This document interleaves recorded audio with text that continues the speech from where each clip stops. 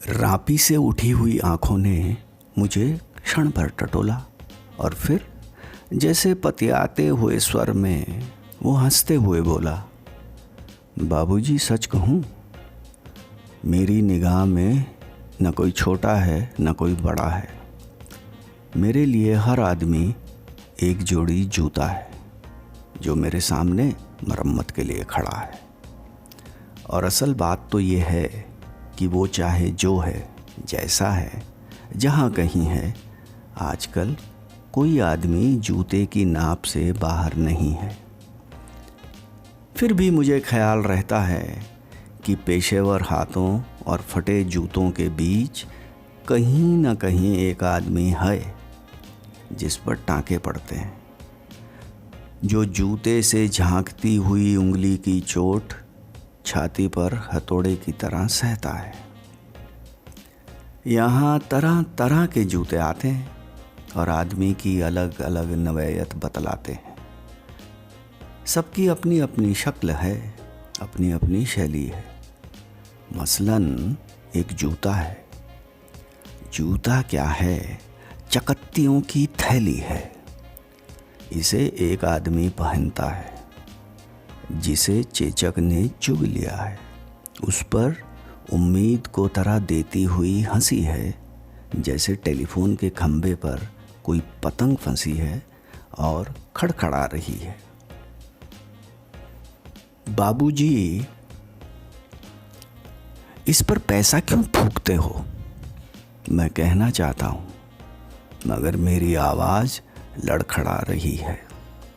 मैं महसूस करता हूँ भीतर से एक आवाज़ आती है। कैसे आदमी हो, अपनी जाति पर थूकते हो? आप यकीन करें, उस समय मैं चकत्तियों की जगह आंखें ताकता हूँ और पेशे में पड़े हुए आदमी को बड़ी मुश्किल से निभाता हूँ। एक जूता और है जिससे पैर को नांग कर एक आदमी निकलता है सैर को। न वो अक्लमंद है, न वक्त का पाबंद है। उसकी आंखों में लालच है, हाथों में घड़ी है। उसे जाना कहीं नहीं है, मगर चेहरे पर बड़ी हड़बड़ी है। वो कोई बनिया है या बिसाती है, मगर रौ वैसा कि हिटलर का नाती है। इसे बांधो, उसे काटो, यहाँ ठोको, वहाँ पीटो, घिसा दो, ऐसा चमकाओ, जूते को आईना बनाओ। ओफ, बड़ी गर्मी है। रुमाल से हवा करता है, मौसम के नाम पर बिसूरता है। सड़क पर आतियों जातियों को बानर की तरह घूरता है। गरज ये कि घंटे भर खटवाता है, मगर नावा देते वक्त साफ नट जाता है। शरीफों को लूटते हो, वो गुर्राता है और कुछ सिक्के फेंक कर आगे बढ़ जाता है। अचानक चिहुक कर सड़क से उछलता है और पटरी पर चढ़ जाता है। चोट जब पेशे पर पड़ती है तो कहीं न कहीं एक चोर कील दबी रह जाती है, जो मौका पाकर उभरती है और उंगली में गड़ती है। मगर इसका मतलब ये नहीं है कि मुझे कोई गलतफहमी है। मुझे हर वक्त ये ख्याल रहता है कि जूते और पेशे के बीच कहीं ना कहीं एक अदद आदमी है जिस पर टाँके पड़ते हैं, जो जूते से झांकती हुई उंगली की चोट छाती पर हथौड़े की तरह सहता है।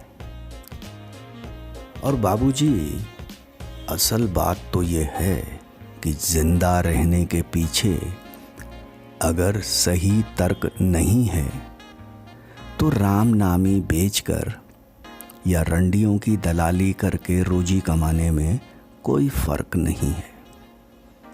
और यही वो जगह है जहां हर आदमी अपने पेशे से छूटकर भीड़ का टमकता हुआ हिस्सा बन जाता है।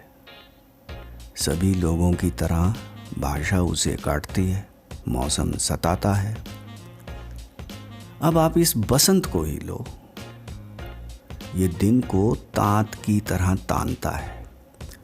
पेड़ों पर लाल लाल पत्तों के हजारों सुखतल्ले धूप में सींचने के लिए लटकाता है।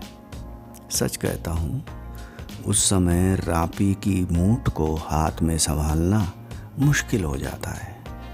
आँख कहीं जाती है, हाथ कहीं जाता है, मन किसी झुंझलाए हुए बच्चे सा काम पर आने से बार बार इनकार करता है। लगता है कि चमड़े की शराफत के पीछे कोई जंगल है जो आदमी पर पेड़ से वार करता है। और ये चौंकने की नहीं, सोचने की बात है। मगर जो जिंदगी को किताब से नापता है, जो असलियत और अनुभव के बीच खून के किसी कमजात मौके पर कायर है, वो बड़ी आसानी से कह सकता है कि यार तू मोची नहीं, शायर है।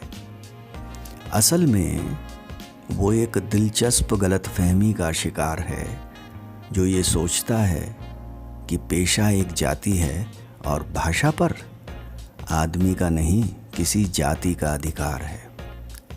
जबकि असलियत ये है कि आग सबको जलाती है, सच्चाई सबसे होकर गुजरती है। कुछ हैं जिन्हें शब्द मिल चुके हैं, कुछ हैं जो अक्षरों के आगे अंधे हैं। वे हर अन्याय को चुपचाप सहते हैं और पेट की आग से डरते हैं। जबकि मैं जानता हूँ कि इनकार से भरी हुई एक चीख और एक समझदार चुप, दोनों का मतलब एक है। भविष्य गढ़ने में चुप और चीख अपनी अपनी जगह एक ही किस्म से अपना अपना फर्ज अदा करते हैं।